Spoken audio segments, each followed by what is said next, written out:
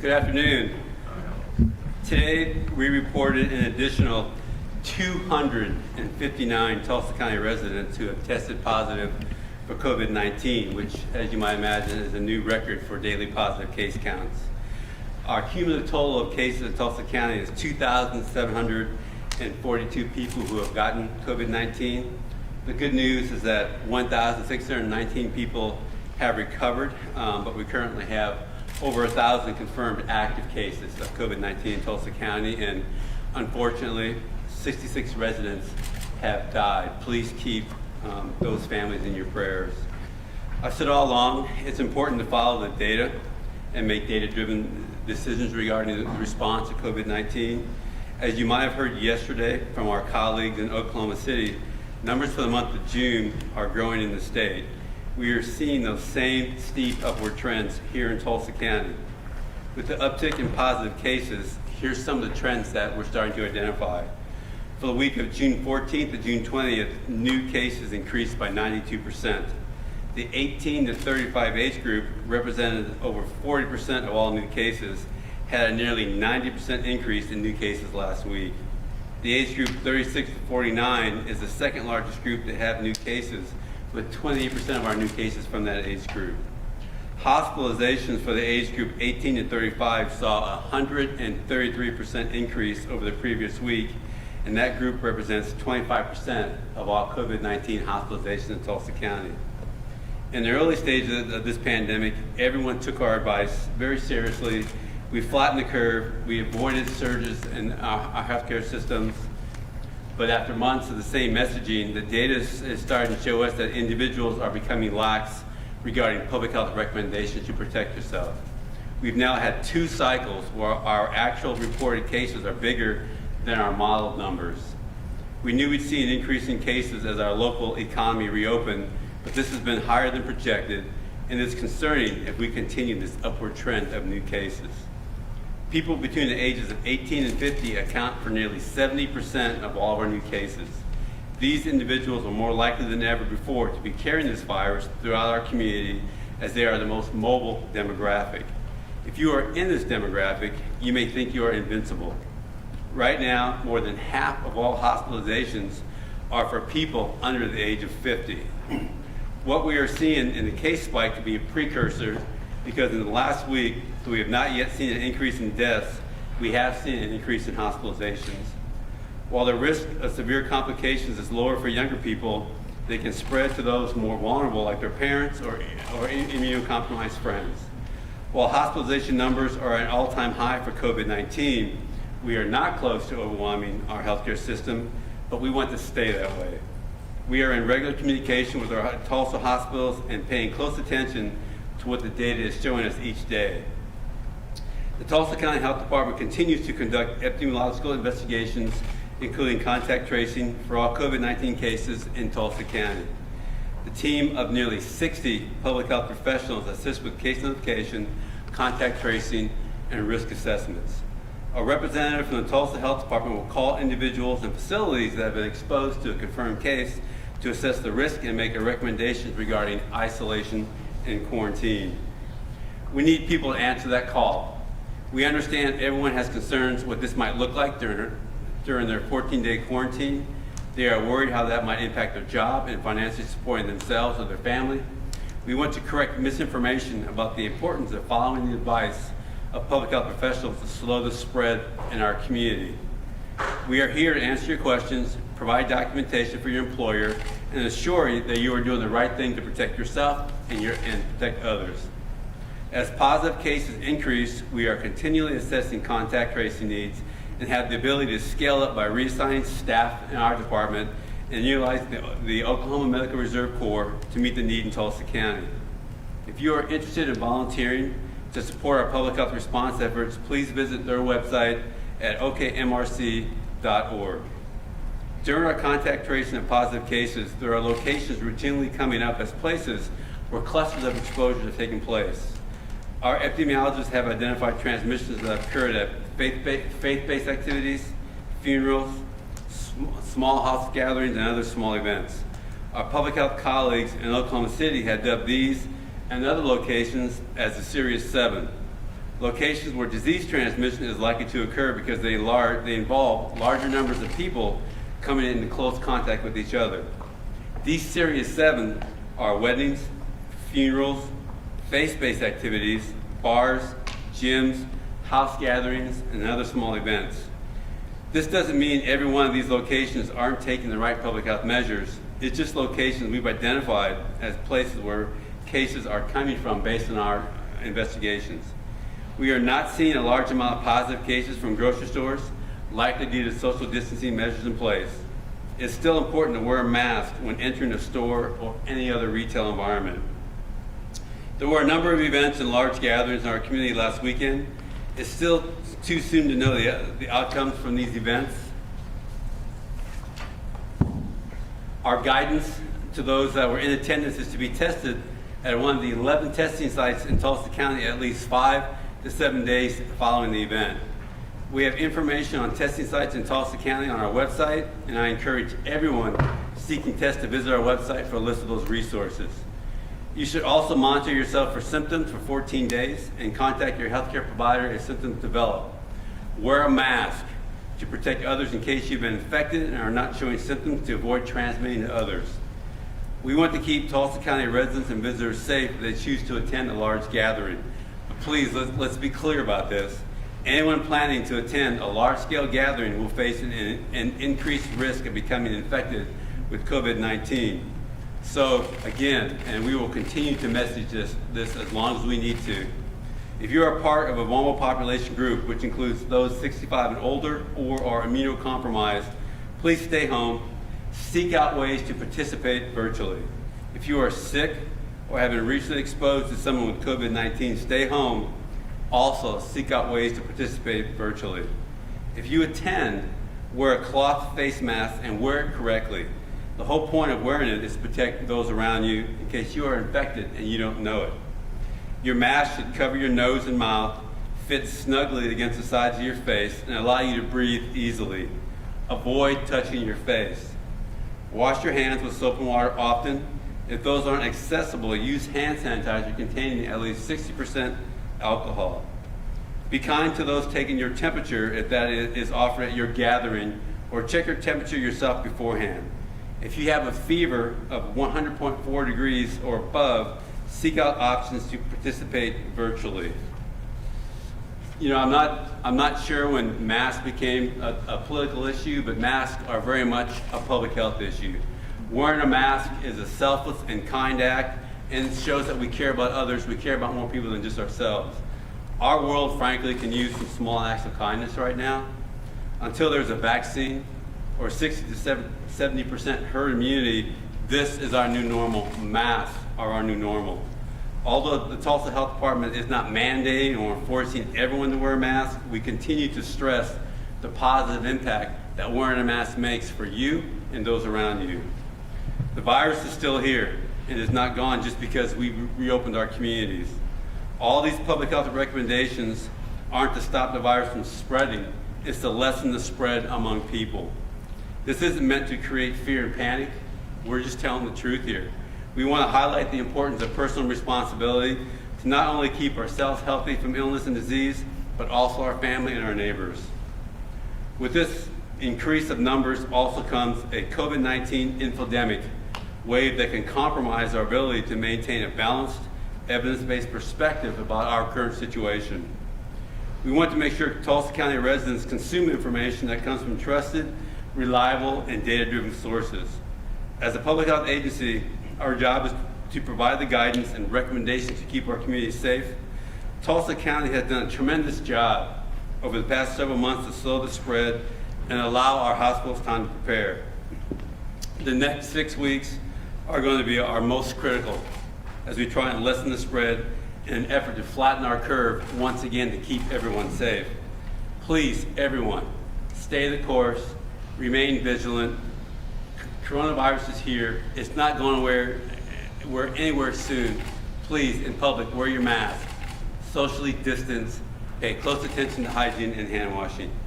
Thank you very much, and now I'd like to introduce Mayor Bynum.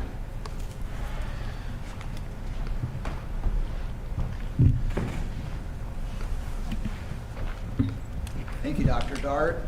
I'd like to start by thanking the citizens of Tulsa for the way our community handled the past week, and in particular Saturday. I've heard from fellow mayors from around the country who are just so impressed by the way Tulsans handled what could have been a really volatile day, and instead just reminded the country of the really basic decency that exists in our community. A big part of that, of course, is because the environment for basic decency and a peaceful exchange of views was provided by a broad coalition of first responders and law enforcement personnel, not just from here in Tulsa, but from a broad range of this area of the state, all of whom came to Tulsa to assist in making sure that this was a safe weekend for everyone. I've seen some stuff in the national press that I think is really unfortunate, that anyone would blame those who were providing security for people on Saturday with the occupancy level of the BOK Center on Saturday night is absolutely ridiculous. I spent most of the day on Saturday with our police in the command center, monitoring security cameras, monitoring the movement of security personnel. I can tell you that we had several different gates for people to get into the BOK Center, and there was one of them that was temporarily obstructed for maybe 45 minutes, and that was mid-afternoon when that occurred. By the end of the day, we actually got the notification from the BOK Center. Everyone that is outside that wants to be in, we believe, is in the building at this point. So, I think some folks have tried to throw security personnel under the bus, when the reality, in my opinion, is not some grand conspiracy. It is simply what you saw at the BOK Center on Saturday is what you saw in restaurants across this community when they reopened. It's what you saw in stores and other facilities when they reopened, which is that people are just generally cautious. And regardless of what governmental mandates are in place, people are going to use their own personal decision-making and comfort with risk in deciding where they go and what they do. And that, in my mind, is really what accounts for the attendance that you saw on Saturday. Not anything to do with our police department or our fire department or anybody else. More importantly, moving forward, I share Dr. Dart's concern with the elevating numbers that we continue to see here. As we talked about last week, we continue to have as our primary red flag that hospitalization level. I spent time both Monday and Tuesday on the phone with the State Commissioner of Health and with Dr. Dart and with leaders of our hospitals here in Tulsa, talking both about how Tulsa fits into the overall framework of our state's reopening plan, but also, what does our hospital capacity look like? It varies, of course, by hospital. There's not a uniform presence of COVID patients in each hospital, but all of them have assured me that they remain comfortable with their overall capacity. Two of them have seen an increase. One has remained flat, and one has seen a fairly significant increase over the last month of people in their facility. And so, I also spent a lot of time over the last couple days talking with my colleague in Oklahoma City, Mayor Holt. For any of you who didn't see his remarks yesterday in Oklahoma City, I highly encourage you to look those up. I would echo everything that he had to say yesterday about the importance of the week ahead and the real, I think, willingness of us locally to act if necessary, if we continue to see things move on this trajectory. The reality is, presently, as Dr. Dart said, our hospital capacity in Tulsa remains fine. And that is the primary metric that the state is using to track risk as it relates to reopening. But also, at some point, if your positive cases continue to go up, and especially if they're going up at the rate that they've been going up in Tulsa over the last week or so, your hospitalizations are eventually going to start to catch up with that. And to Dr. Dart's point, we don't want to get to a point where we waited too long to act.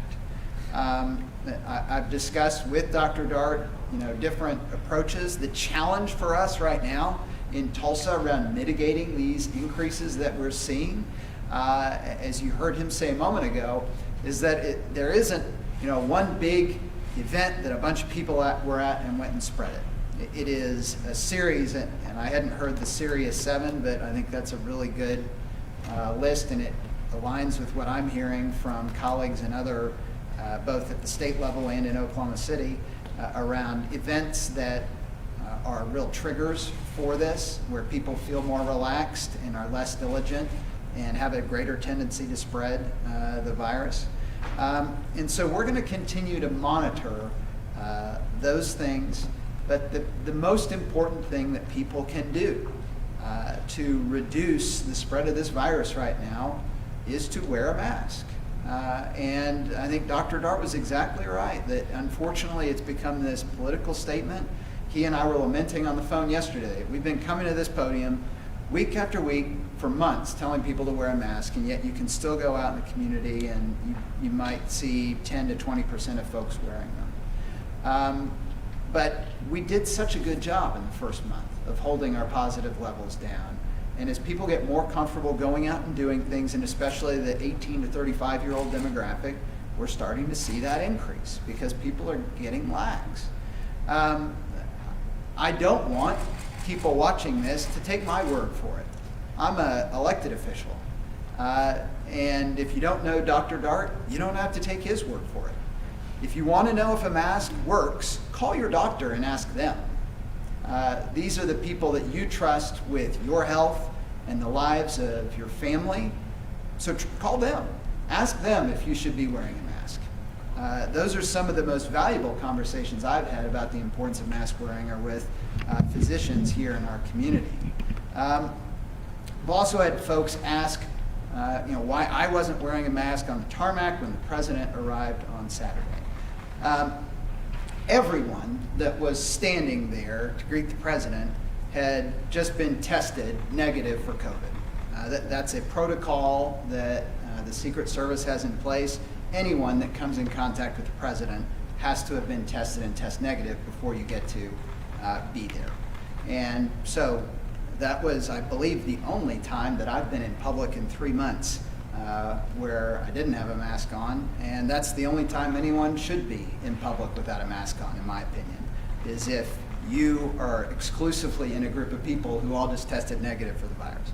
Otherwise, all of us should be wearing a mask when we're out in public and around others to slow the spread of this virus and protect people that we care about. I've been asked if we are going to implement a mask or a requirement for people to wear masks in public. I discussed that both with the State Commissioner of Health and with Dr. Dart yesterday. I think our general feeling is that we would sure like to remind people and encourage people of the importance of wearing them without placing the burden on law enforcement of enforcing such a mandate. And so for right now, we are not going to do that. If we get to a point where Dr. Dart tells me that we need to do that, though, to protect people in our community, then we will. But right now, we're not at that point. I believe the week ahead of us is going to be a crucial time for us to track our overall data as it relates to the spread and to that, the impact of that spread on hospitalizations. One last important announcement for today. When it was in the early going of the pandemic and we recognized that there was going to be a significant impact on our local economy from this event, I asked a number of the business leaders in Tulsa to serve on an economic recovery advisory committee to advise me on what we as a city should be doing, both to get through this pandemic, and also to emerge on the other side of this pandemic stronger as a community. I'm incredibly grateful for the amount of time that the members of that committee have put in, and this includes CEOs of the largest companies in town, former mayors, nonprofit leaders, healthcare officials, and today we are releasing their recommendations coming out of that. It is all online at cityoftulsa.org in this document. It is a really good mix, I think, of both short-term objectives, things that we as a community, not just the city government, but working with the Tulsa Chamber and other business entities within our community, that we can work on together to get done quickly.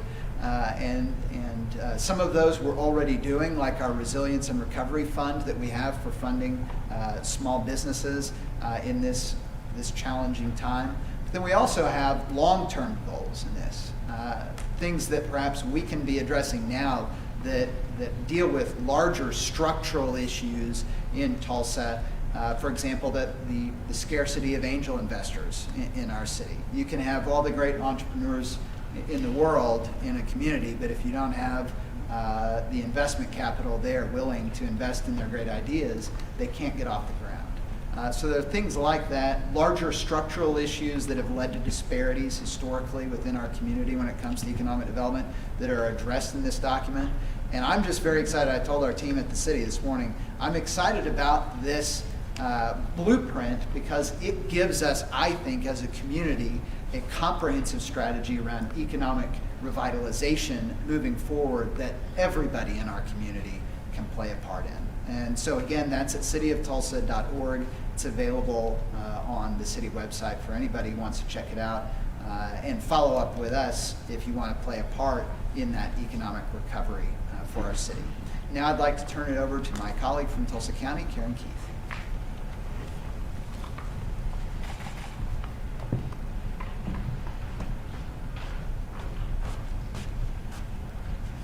Thank you, Mayor. I'm just showing my little mask because it's the new normal. And as I look out here at the media, I see bandanas, I see branded Tulsa masks, and you guys have been the best, I think, at supporting the masks. I know a lot of your companies are requiring it, but thank you for doing that because you are making a difference. So I have some of the latest news from Tulsa County that I want to share. On Monday, the Safer Tulsa County, as part of the CARES program, a joint effort with Tulsa County, the Regional Chamber, and the Tulsa Area Emergency Management Agency, they launched their program to great success.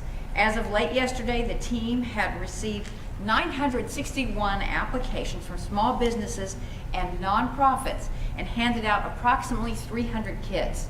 The owner of Landers Ranch, one of the recipients, said the logistics for pickup of the kits at Expo was the safest experience since the beginning of the pandemic.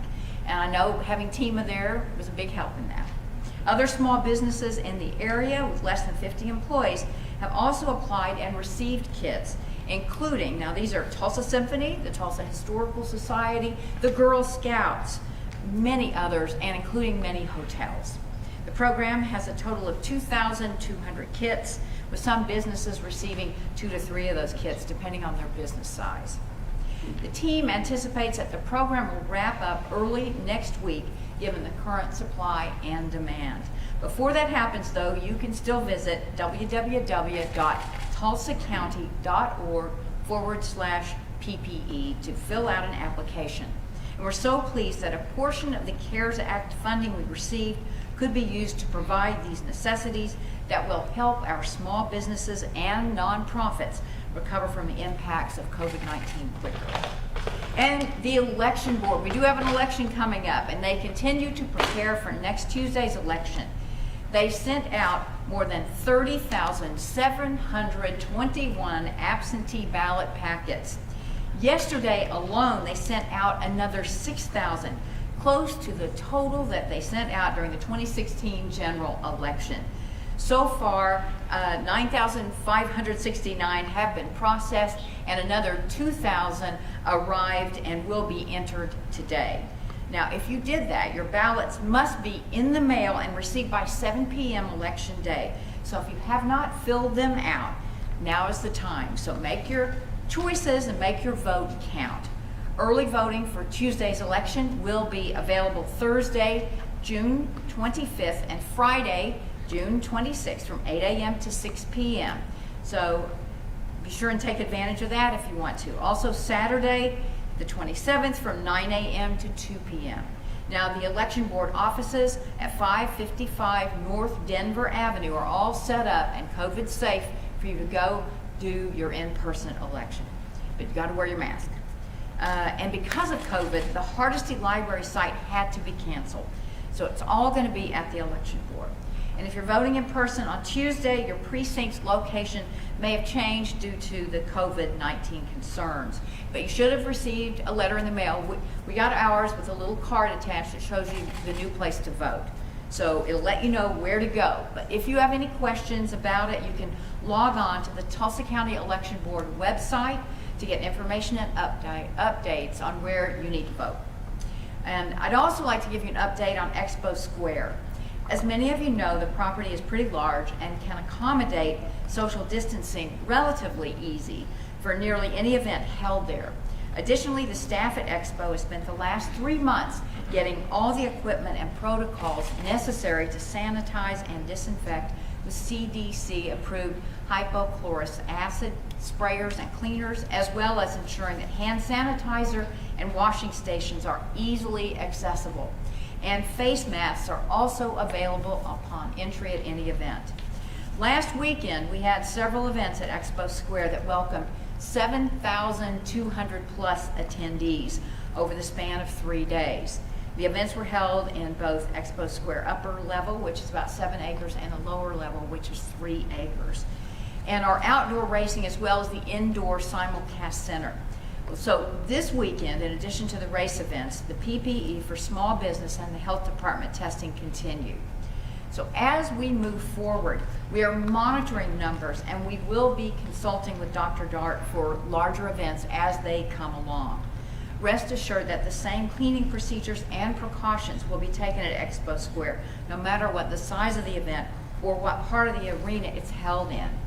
And lastly, I will reiterate what you've already heard and remind everyone, please be diligent.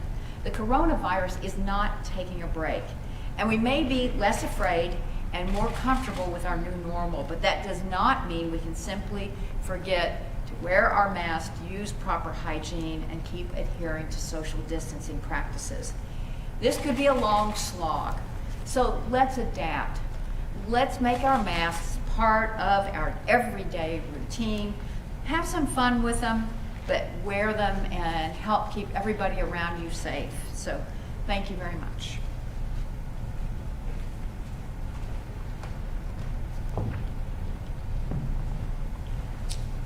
Good afternoon. Michael Baker, Fire Chief for the City of Tulsa.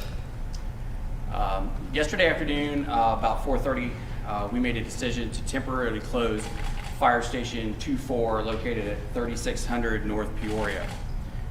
Fire Station 24 had a member of the department introduce or become symptomatic with COVID-19 related symptoms, and we found that they had exposed the firefighters at that station over a period beginning from the day of Saturday the 20th.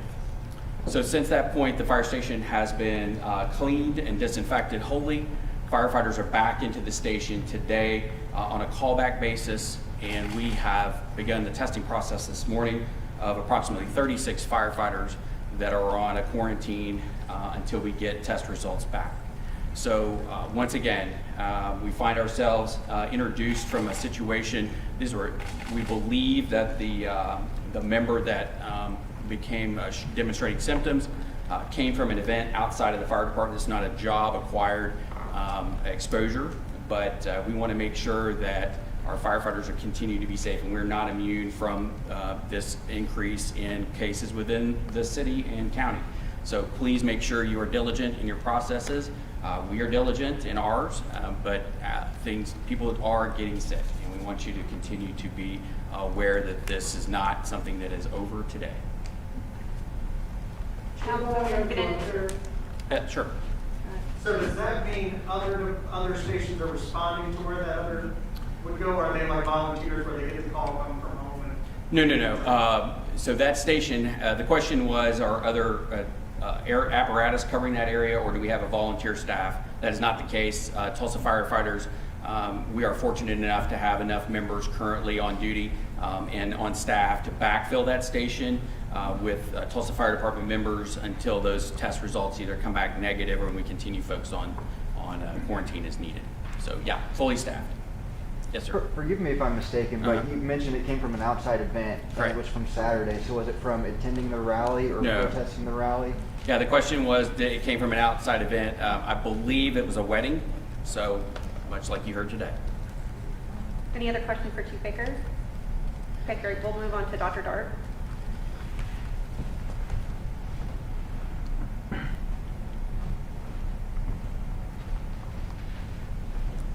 Dr. Dart, there was a report that NBC News is showing that the federal government may suspend assistance to local communities for COVID site testing. Can you elaborate on if you've heard any of that guidance or what that might look like for our community going forward? We haven't gotten any information from, the funding comes down to the states, to the CDC, from Congress. We haven't gotten any information that's going to change. We saw the same news bit as well, and we're trying to find out more background information around that. What could that look like, though, if preparing for that scenario? I know it's hypothetical, but Well, the worst case, all we keep hearing is that we have to expand testing, and if the funding suddenly goes away, you can only imagine now people have no idea what their status is. We have no idea what the incidence or prevalence in our communities are if that stops, and it's just a worst case scenario that we definitely do not want to go. Do you have any information about reinfection or some of these people who are a part of the increase of being reinfected? Early on we saw, and we haven't seen this in quite some time, but early on we had a couple instances where we weren't sure if people were being reinfected or relapsed, and the studies at that point really were inconclusive as to what that was. And frankly, we haven't seen anything new about that probably about 6 weeks. With the president kind of minimizing wearing masks, the importance of wearing masks and the importance of testing, saying we should limit our testing, is that undercutting the efforts that we've made here in Tulsa? I think it's important to listen to our messaging, but I think it's part of our issue is that we get confusing messages and people don't know which way to go or what information is valid. And that's why we talked today about trusted sources and infodemic, to make sure that you go to the right place to get information and make the right decision for you. We're not telling people, giving them recommendations that we know are not science-based and that we know won't help break the chain transmission. So please use the Tulsa Health Department, use the city, use the county as trusted information sources so that we're all doing the same things and being consistent in ways to protect ourselves and our families. Early in your comments, you referenced that the new positive cases in Tulsa County the past 2 cycles have actually been more so than the models projected. Mm-hmm. What do you mean by cycles? Can you explain a little bit more about that? We just go through a two week rolling cycle, so that 14-day period, and which we thought was interesting because as you recall, we got a lot of pushback about why we're using models. The models aren't relevant, and we're finding that the reality is actually worse than what the models were showing us could possibly happen. So, but we'll go through various cycles: 1 week, 2 week, 3 week, 4 week. And these are 2 weeks. So when you say cycle, it was this past 2 weeks, or is it one cycle? We had 2 weeks? two cycles, so two week cycles. Can you address, because I see it on my Facebook page a lot, well, the numbers are going up because we're testing more. Can you address how your significant increase either matches that mentality or bucks that mentality? We started testing more a long time ago, and we continue to test more. What we're finding though is more positive cases, and if it was just due to more testing, we would have found more positive cases 3 weeks ago. we're seeing a combination of people going into the community, trying to re-energize their lives, and not following recommendations to keep themselves safe. So as all of us continue to test as much as we possibly can, the fact that we're finding more positive and having higher percent of positive rates tells us that we're getting more transmission. It's not strictly more testing, it's more transmission in the community. You mentioned a few questions ago, Dr. Dart, a worst case scenario. In your opinion, what's the best case scenario from where we are right now? Best case scenario is that we go back to the guidelines that we were following when we were flattening the curve, that we wear masks out in public, that we social distance, that we pay close attention to hygiene, and we do that religiously and fervently, because if we don't, we're going to be up here talking about more and more cases and talking about concerns around our healthcare systems. If we don't all become part of this response and all take responsibility to flatten that curve and to break that chain of transmission. But in terms of duration, how long would, if everyone starts following those guidelines today, what will we see in the numbers, or what should we see? So it's going to take, and that's why we said we're really going to watch the next 6 weeks, because, you know, chances are there were people that were exposed over the weekend. You know, incubation period is anywhere from 2 to 14 days. In that time frame, before they're actually even tested, they might be shedding virus and transmitting themselves. So it's that 2 to 14 day cycle, and that's why we're watching the next 6 weeks, so that when people really start to follow recommendations today, at the end of that 6 weeks, hopefully we can start to see, even with the incubation that's going on today, we can start to see some flattening of the curve and downward trend in cases, but we have to start right now. One more question for Dr. Dart. So given the rally this weekend and some of the consternation over whether it should happen or be postponed or whatnot, do you have any recommendations going forward for large events, either capping it for a number in attendance, or only doing it if you can social distance, anything like that? You know, I think it's a combination of these things. I mean, CDC still recommends no large indoor event over 250 people. Even if you can have an event where you can maintain social distancing inside a building and people wear masks and following hand wash guidelines, it's still going to keep people safe. So I know that we have that number from the CDC. That number has, as we go through phases, that number has changed, of course. But it's not so much the number; it's how people conduct themselves at these gatherings that really is a concern. Now, if you have a building where you can't social distance and people refuse to wear masks, it's going to be an event where the virus will spread. So yes, we want to keep numbers down of large indoor events as much as we possibly can. If people do come together, follow these recommendations and follow them fervently, and if we do that, we'll start to see a flattening of the curve. But if we don't, all we're going to see is more disease transmission. Thank you, Dr. Dart. Thank you. Next, we'll take some questions from May Rhino.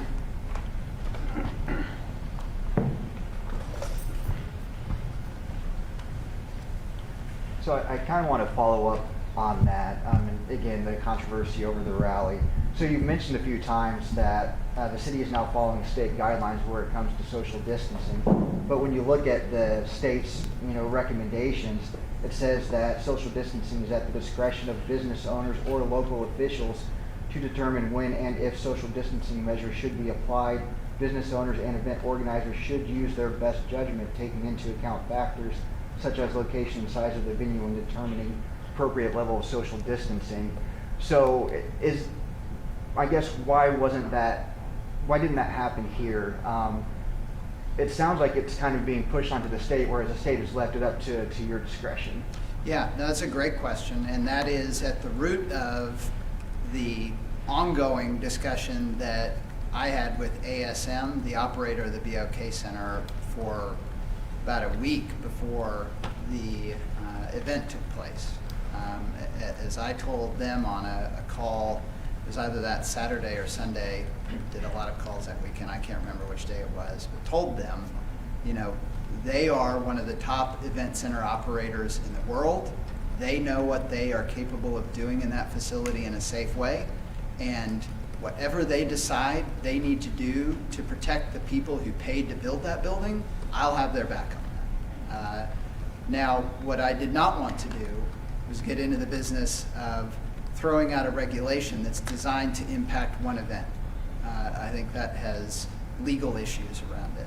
But we are evaluating right now, that's another conversation that I've been having with our team at the city, is around overall limitations on event sizes moving forward.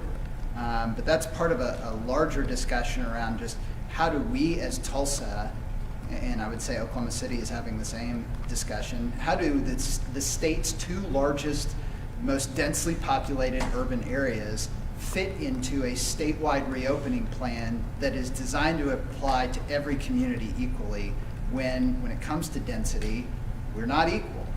And so one of the challenges for us around an event restriction that we were discussing in my office this morning is that everything we're hearing right now, based on the data we're hearing around the causes of this uptick in cases, again, it's not from people going to protests or to rallies. It's from people going to weddings and funerals and family gatherings and bars and other things like that that are causing this uptick. And so, I'm on the one hand, I'm perfectly ready to put that regulation in place if we feel like it would be helpful, but I also don't want to put a regulation in place that isn't really addressing the cause of the uptick that we're seeing. So do you have anything in mind that you can kind of bandy about that you're considering for a size or regulation? You said you've been talking with city leaders and officials about it. Yes, and so, we initially, when we were ramping up, the first time, we started with event size limitations. I think our first limitation, if I'm remembering correctly, was 250 based on CDC's guidelines at the time. They later lowered it. But I think that is something, as Dr. Dart just mentioned, that is still one of their recommendations for large indoor gatherings. That's something that we're considering. But the conversation I had with, and everything that conversation I had with Mayor Holt yesterday, which is everything that we've done so far, we've tried to do in concert so that the people in the state's two major metro areas are impacted in the same way at the same time. And so I would say, that is on the table, masks is on the table, but I really want to have more conversations with the State Department of Health, with Dr. Dart and his team, and with my colleagues at cities in the Tulsa metro area. I don't want us to run into what we, by necessity, ran into in the early going of this pandemic, where Tulsa did something and then it was a scramble for our suburban neighbors to understand why we'd done it and decide if they were going to do it or not. I'd really rather us talk as a group and decide if we're going to do something, because this is impacting all of Tulsa County, not just the city of Tulsa. What does that look like? And we have that discussion with the other cities scheduled for Friday. Kim? So if in 2 to 14 days or 10 days or so, we start to see a spike after the rally and protest this weekend, what kind of message will that send to everyone as to what's happened? Well, I think our focus overall, and I said this last week, my great concern with the focus on the rally, and it's a valid thing to be talking about because we were the first city in the country to host a major event. So I get why the questions are out there. But the concern for me is that we have a metro area of 1 million people who are going about their lives every day, and more of us, getting lax in how we go about our daily lives, and that is what is causing this uptick. This uptick began long before there was any event last weekend. And I don't want us to be communicating that if you just don't go to a big event, then you're in the clear and you can do whatever you want. Our challenge, and it's a real communications challenge, and my hope is that the Tulsa Health Department will get the financial support that they're requesting for expanded communications support for a public campaign around this. But we have to communicate to people in the Tulsa metro area the importance of social distancing, washing your hands, and keeping that mask on. And what we've been doing to date, the numbers are showing it just isn't working. So we have to do something better than that. So at what point you get on the phone with Mayor Holt and come up with a plan that's kind of a different path from the hours plan? Because obviously you're dealing with something completely different than do right. So Yep. at what point do you get on the phone with him and say, it's time for us to take control again? So the question was, at what point, and I'm sorry, I was really impressed, Chief Baker needed no prompting to repeat the questions, and I forget it every time. But the question was, at what point do I get on the phone with Mayor Holt and talk through what we might do in Tulsa and Oklahoma City that's different from the hours plan? And the answer to that is, he and I talk pretty much every single day, and have throughout this, and will, I'm confident, over the next week. He's working with his local health department, I'm working with ours, and then we both, yesterday, were on the phone with the State Commissioner of Health, talking through how Tulsa and Oklahoma City relate to this larger plan. So I absolutely expect us to continue those discussions over the next week. I think he and I both have in our minds that this next week is a critical week for identifying what, if anything, Oklahoma's major urban areas are going to have to do to get these numbers under control before they start to endanger our hospital capacity. The last question? With Mayor Bynum, Yeah. you've been very clear last week and today that you're disappointed in how many folks are wearing masks around town and in the metro. I'm wondering, is there a policy, and are you concerned about the rate of mask wearing for city or municipal employees? And I hate to single out TPD, but they're the most forward-facing, identifiable group, and not all officers wear masks. Is that something you're concerned of or following? So the question was, do I have a concern about our personnel at the city of Tulsa who are out in the field if they're not wearing masks? That's a great question, and I'm glad you asked it. That is something actually that I need to talk with our staff at the city about as far as an overall policy, because it is, you heard today just one example of the impact it can have on our organization and the ability of the city to serve in a moment where you had one firefighter who went to a family event and came to the station and ended up spreading it, and having to overnight shut down a fire station until we could reopen it this morning after it had been cleaned. So our ability to serve and protect the citizens of Tulsa is reliant on keeping our first responders healthy, the folks that are out working on our water lines and sewer lines and in our parks healthy. So I think that would absolutely be a good policy for us to put in place at the city. I know that at City Hall, no one is allowed to walk even down a hallway without a mask on. So that should certainly apply to folks that are out in the field as well. Rick, one last question.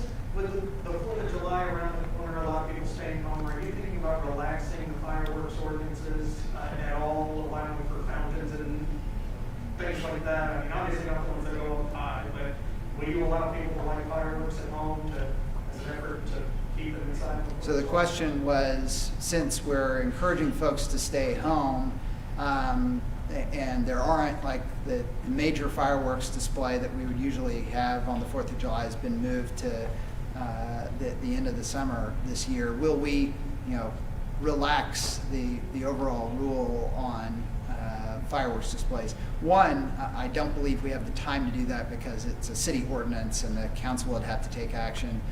Two, we have a brand new fire chief, and I can think of few things that would give him more terror brand new in his job than to relax the fireworks ordinance in the city. He's had enough in his first week on the job without doing that. So no, that is not something that we're focused on. But I do want to conclude, because that reminds me, I heard the remarks yesterday of the governor of Texas, and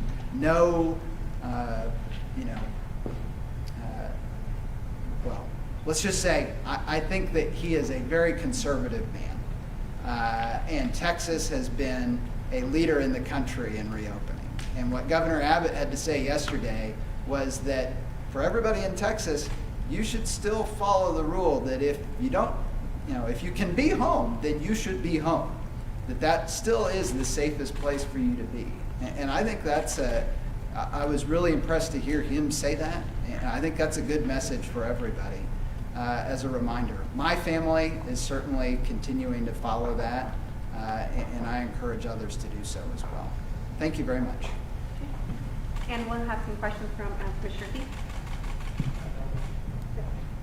You have one.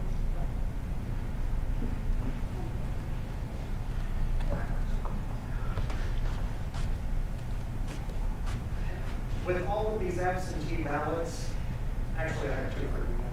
Okay. All of these absentee ballots that have gone out, the election board has obviously overspent their budget in ways we haven't seen. How are you all making up for those funds with the high demand of absentee mailing out? Well, we always know that we're going to have additional dollars for the election board during elections, but Rick, you're absolutely correct. They're having to spend more dollars. I know they're working, I think they got finished at 1:30 last night, and now they've got to get through, what did they say, 5,000 more today? So they are doing everything, and they've just not stopped. They've just been working consistently, but we will figure that out and make sure that they're taken care of, because this is the single most important thing. And something a lot of people didn't know is that the state called and required us to move everything out of the election board prior to the rally, and so that they sent in these rider trucks and took them all to Expo Square and put them inside a building, because this election, of course, every election is so important that people have the ability to vote. So they did that as a precaution, which was kind of interesting. Have you heard anything about, because the poll workers are so old, we heard there was a risk of consolidation of polling places. Mm-hmm. Have you heard of any consolidation or closing of polling places yet? Oh, yes. I mean, we got a letter saying that our polling place had changed with a new card. So people are getting those in the mail, so you need to watch for it. But if you have any questions, look at the election board county website to see if anything's changed. And we had to close down the Hardesty Library, which was early voting. So all of that early voting is at the election board at 555 North Denver. Commissioner, I'm not trying to connect the dots here, but if the Trump administration, the president visited this town, and then days later, his administration is saying they might cut federal funding to testing, and this community was potentially exposed to a super spreader event, which we have yet to know. I hate to connect the dots here, but the dots are pretty evident. How does that make you feel that his same administration could be cutting resources to a community that he visited? Well, I have to hope that the other leadership within that administration will say, that's not a good idea. We need to stand up more testing. And I think that Dr. Fauci will be loud and clear on that message. I mean, he had such a good statement talking about masks, and it's just one of the best sound bites I've heard on that. It was really inspiring. It was just something I think we all need to pay attention to. And we've just got to make it our new norm. And I've seen people at the county, we've got all these women, they're making these masks, but they have a mask to match every outfit, which I don't have. But I just think, if we need to brand them and make them better. And also, Chief, do you want to talk briefly about why the police officers don't always wear masks? Because he gave me the best explanation. I wondered that as well. I can. Yeah, I mean, he just gave me the best explanation in the world. And then before you all depart, I do want to get a picture of all of you with your masks on, because I'm going to put it up on Facebook. Because you've been the best. I'm not kidding. All right. Okay, an impromptu visit Sorry. by myself. That's okay. I was just telling Commissioner Keith that the reason why you don't always see our officers wearing masks is because they need to have that facial expressions. They need people to understand exactly when they tell a person to do something that they are doing that. I don't want that obscured by a mask. I don't want anything misconstrued from officers when they are out on the scene giving orders. They are mandated to wear them inside of the building when they meet for squad meetings because, again, large gatherings, I don't want someone to have come from a wedding and then introduce that into the squad room, and then my entire shift is no longer useful out in the field. So they wear them for that. They wear them when transporting, and they obviously have access to them on their person to wear at any time that they see the need to don that facial protection. So again, we operate on radios. Radio communication is very important to us.